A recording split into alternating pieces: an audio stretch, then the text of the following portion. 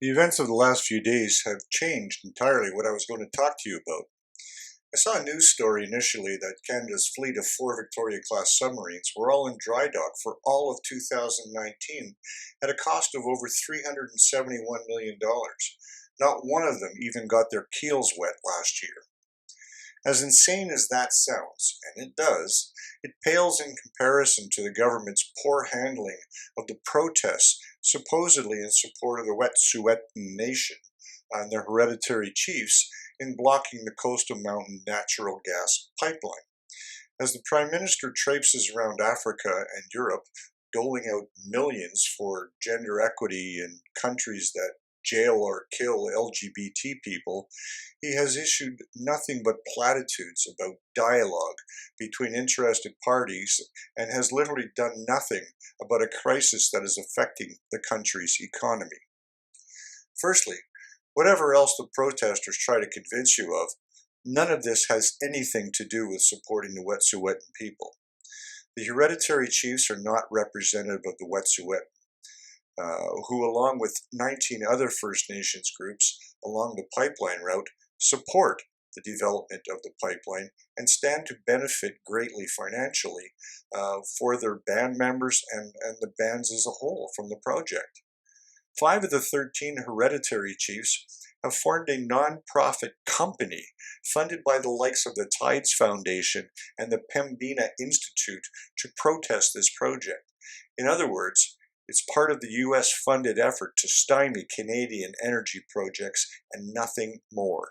The support protests are little more than the usual suspects, denizens of the far left wing of the political spectrum who come out for whatever the cause du jour is. And, as former NDP political operative and consultant Brad Zubik noted on Twitter, 20 of 20 elected governments support the project, as do 8 of 13 hereditary chiefs and 85% of the Wet'suwet'en people. These protesters are actually opposed to the Wet'suwet'en. This is demonstrated in a Saturday story in the Vancouver Sun, talking to one of the organizers of the so-called Solidarity Action Saturday protest at John Henry Park in East Vancouver. Natalie Knight, trust me, no relation, said many of the folks behind the scenes met during the protest during the 2010 Olympics. You can bet they went from that nonsensical bullcrap to the Occupy movement the very next year, and on it goes as left-wing causes pop up. Why anyone gives these fools any credence or attention is literally beyond me. Then there's CBC coverage calling it the Wet'suwet'en anti-pipeline protest, where the railway blockade is taking place at the Tyendinaga Reserve in eastern Ontario, which has essentially ground rail transport in this country to a halt. The government and the OPP have looked paralyzed, even after court injunctions were served to clear the line. As I talk to you, the Indigenous Affairs Minister, Mark Miller, is heading to Belleville from his insulated White Tower office in Ottawa to have a, quote, dialogue, unquote, with the Mohawk band at the heart of the blockade. But to suggest this has anything to do with the Wet'suwet'en people is pure nonsense. This is just the latest in a series of land battles with the Mohawks going back decades and in many different locations.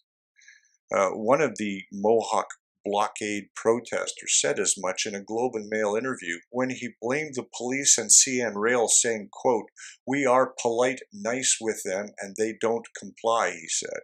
"It's been that way for 500 years, unquote. 500 years? Right. So this really isn't supporting the blockade of the Coastal Mountain Pipeline, is it?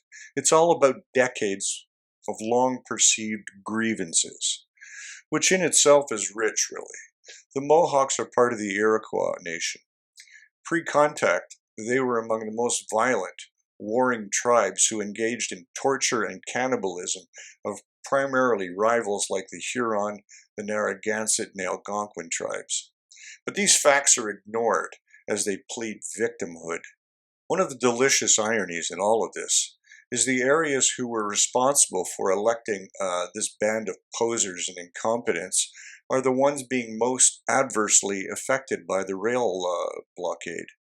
An MP from the Maritimes tweeted out that they get 85% of their propane by rail, and the shutdown of all services would have adverse effects within short order.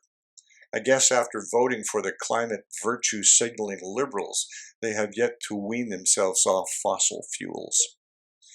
The GTA is the other area of ironic interest. Chlorine for their water treatment facilities is delivered by rail, and supplies are rapidly running out. Frankly, it serves them all right. For True North, I'm Leo Knight.